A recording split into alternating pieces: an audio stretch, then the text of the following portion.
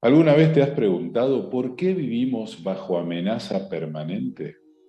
Constantemente hay un peligro golpeando la puerta de nuestra casa, del cual debemos obviamente tomar los recaudos, protegernos y seguir las indicaciones de quienes dicen tener la solución. ¿Qué hay detrás de todo esto? ¿Acaso es imposible para nosotros, para nuestros gobiernos, establecer una convivencia en armonía, mantener un contexto de paz? Por supuesto, siempre van a haber potenciales contingencias, pero que eso no signifique un riesgo de muerte prácticamente. Desde que tengo uso de memoria, estamos bajo una amenaza a la vida. Cuando no es la guerra atómica, el famoso botón rojo, la bomba nuclear, en la Guerra Fría, cuando no es el terrorismo islámico, cuando no es el cambio climático, las inundaciones, los terremotos, ahora un asteroide, un meteorito, un virus, una pandemia. Te das cuenta que siempre hay un enemigo y que los medios de comunicación, de información, se encargan de que no nos olvidemos de que siempre hay un enemigo, de siempre hay una amenaza. Yendo a lo más cotidiano y cercano, basta prender la televisión para ver cuánta gente murió, a quién mataron, a quién robaron, todo lo malo que nos rodea. Y uno dice, ¿es realmente así la realidad? ¿Esto es la realidad? Esta es la única y la verdadera cara de la realidad, la que se nos muestra a través de los medios, televisión, radio, periódicos. ¿O estamos viviendo una fantasía? ¿Estamos viviendo en una irrealidad creada, producida tal cual una película de cine? ¿Qué hay detrás de todo esto? Mira, vamos a analizar lo fundamental. Dentro nuestro, dentro de la naturaleza humana, existe un potencial instalado, un potencial que vamos a llamar el potencial divino.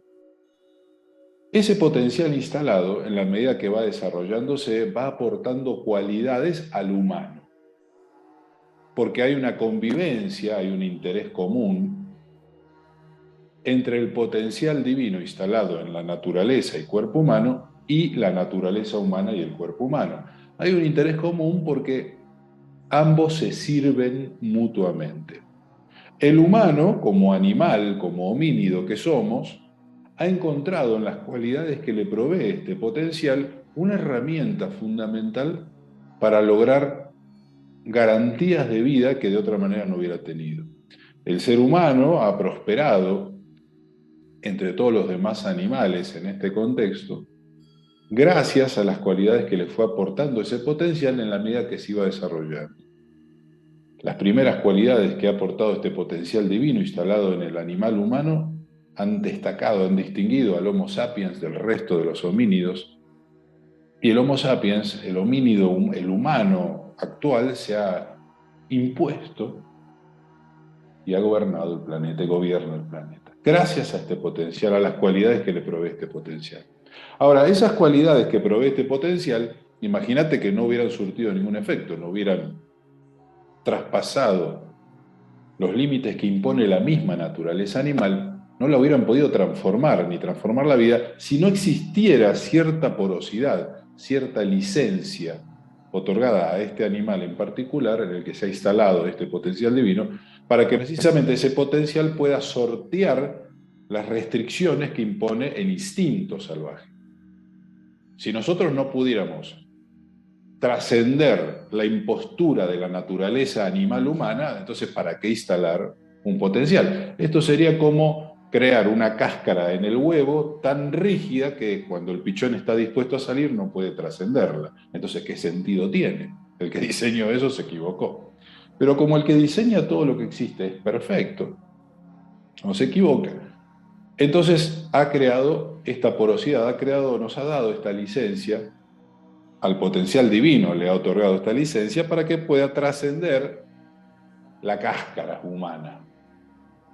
Esta licencia es lo que conocemos como libre albedrío. El libre albedrío entonces nos permite salirnos del comportamiento primitivo humano, gobernado por el instinto, y nos permite agregar comportamientos basados en otra lógica, basados en una percepción distinta, basados en otra naturaleza y no solo la naturaleza animal humana. Pero ¿qué pasa? Esa licencia precisamente nos da cierta libertad y autonomía. De lo contrario no sería tal. Esa licencia le permite al potencial divino trascender al animal humano e ir transformándolo, e ir transformando el contexto de la vida humana, la realidad en sí, para que la realidad se constituya en un ambiente que favorezca y estimule al mismo potencial divino que es el que incide en esa realidad. El potencial divino entonces empieza a aportar cualidades al humano, pero estas cualidades que potencial divino aporta al humano no sustituyen al instinto, no lo eliminan, lo trascienden. Entonces, por ejemplo, este potencial divino nos da sensibilidad, compasión, discernimiento, y entonces ya las actitudes puramente instintivas, salvajes, no prosperan porque nosotros mismos, gracias a este potencial divino, creamos frenos inhibitorios, moral. Y este es el sentido de la moral. La moral es una elaboración, producto del potencial divino instalado en nosotros, que sirve al desarrollo del potencial divino instalado en nosotros. Algunas personas con un potencial divino más desarrollado, mayor, canalizan información, interpretan la realidad de una manera mucho más sutil y acertada y crean, proponen nuevas condiciones de convivencia. De ahí surge el fundamento moral que trae de la mano Moisés, pero luego tantas personas que inspiradas han traído información muy importante, la constitución de los estados, las instituciones, las leyes, en fin. Todo eso surge de este potencial divino que va o pretende transformar la realidad para que le sirva a su desarrollo. Y dado que es este potencial divino lo que nos da la excusa, es decir, lo que nos da legitimidad existencial, si nosotros no creamos una realidad que favorezca y estimule el desarrollo del potencial divino, perdemos derecho a existir. Porque este potencial divino y el libre albedrío, esta licencia que se nos ha otorgado para desarrollarlo y expresarlo, ha alterado la condición planetaria.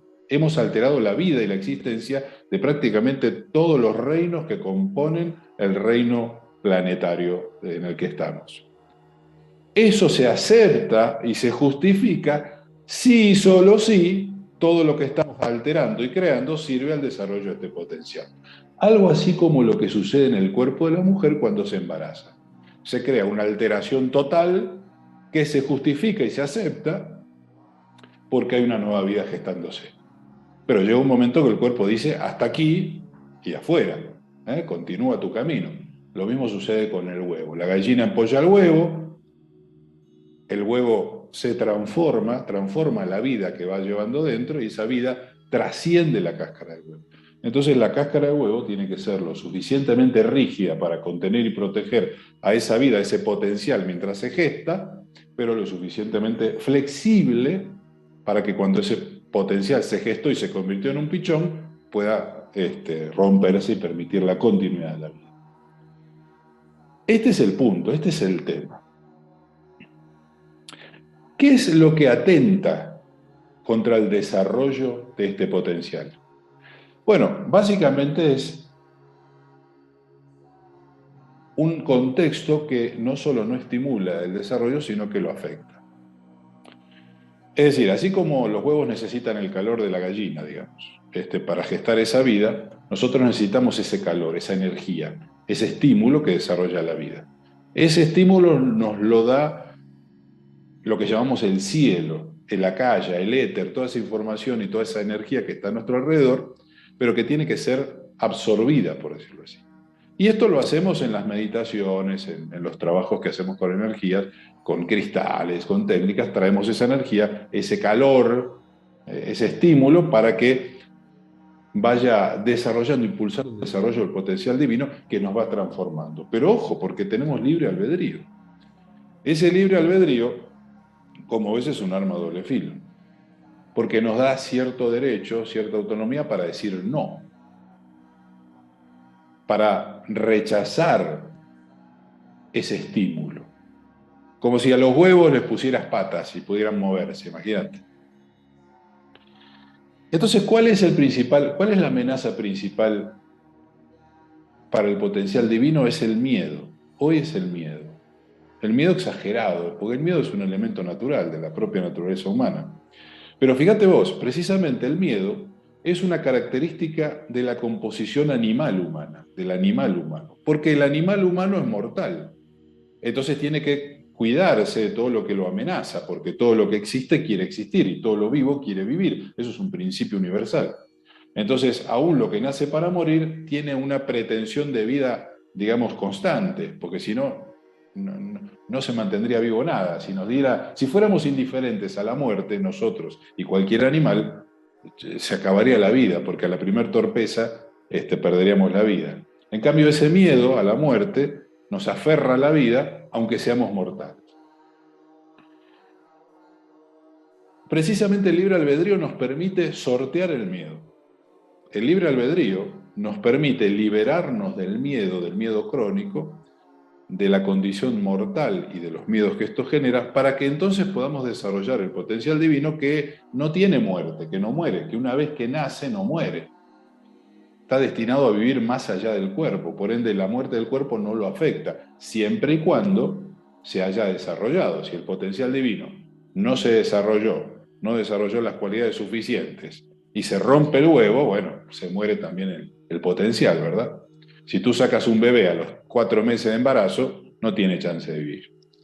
Entonces, el libre albedrío y esta libertad nos permite ir trascendiendo gradualmente y progresivamente, de acuerdo al desarrollo del potencial, y trascendiendo los condicionamientos y las imposturas de la condición animal humano. Y el miedo es una de ellas. Pero si yo exacerbo el miedo, ¿qué pasa? Detengo el desarrollo del potencial divino. ¿Y por qué se exacerbaría el miedo? Si vivimos en un contexto de permanente amenaza y de peligro, de amenaza a la muerte, si vivimos en un contexto donde el cuerpo humano y la vida humana, la existencia humana, está amenazada, y dado que el potencial divino instalado dentro de ella necesita, hasta que se desarrolle y sea independiente, necesita del cuerpo vivo y de un cuerpo sano, entonces si hay amenaza, el potencial divino cede el poder, cede el protagonismo a la naturaleza humana que tiene los elementos para sobrevivir. Entonces se inhibe el desarrollo del potencial divino y se ausenta de nosotros el espíritu. El espíritu lo que hace es una fuerza inmanente que rodea todo lo que existe, pero que vivifica a todas las semillas para que las semillas crezcan. Alrededor de cada semilla, por decirlo así, hay un aura de energía que nutre, alimenta y estimula a la semilla para que siga su proceso de acuerdo al plan, de acuerdo a quien creó la semilla, a quien la diseñó. Pero cuando el potencial se detiene, el espíritu debe apartarse, porque si el espíritu no se aparta, el potencial no se detiene.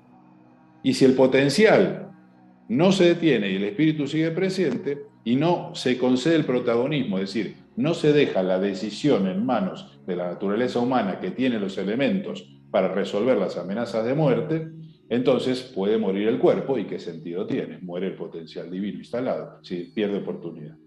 Entonces el espíritu se aparta, el potencial se detiene y surge el modo de supervivencia, el modo reptiliano llamado también. Entonces veámoslo al revés. Si la amenaza es crónica, se establece una inhibición crónica del potencial divino y una ausencia crónica del espíritu en nuestra vida. Y no somos más que animales. Somos un mono sin pelos. Sí, con un gran potencial, pero durmiendo, detenido. Y esto detiene el Merkaba. El Merkaba, el vehículo de luz que nos lleva como si fuera un elevador por el edificio, nos va elevando. El Merkaba también se detiene, porque el espíritu vivifica, alimenta el Merkaba. El potencial divino va encendiendo el Merkaba y en la medida de su desarrollo y maduración nos va elevando. Pero si el potencial divino se inhibe, el espíritu se aparta, el Merkaba se detiene.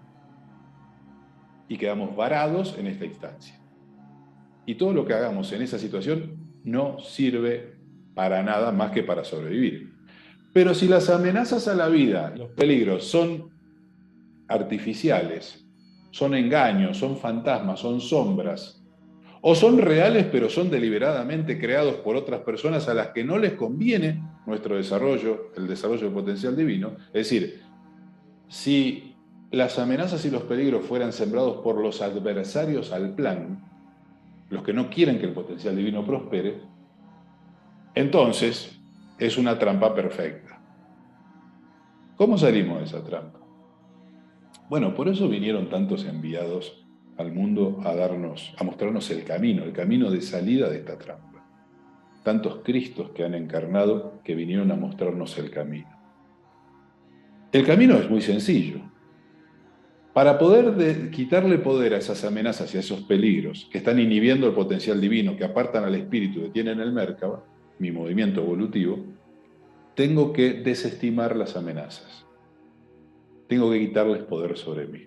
Tengo que renunciar a la defensa de la vida, porque es la única manera que yo desestime esas amenazas y me consagre al potencial divino y al espíritu y diga, desestimo las amenazas, dejo mi suerte en manos de Dios y mi libre albedrío lo vuelco y lo dedico y lo consagro al desarrollo del potencial divino. Y dado que el potencial divino instalado en mí es propiedad de un ser superior que custodia y administra esta realidad, la lógica es, si yo me consagro mi libre albedrío, mi decisión y mi voluntad al desarrollo del potencial divino, a la semilla, el sembrador, quien sembró esta semilla, que es el principal interesado en que esta semilla prospere, me va a proteger.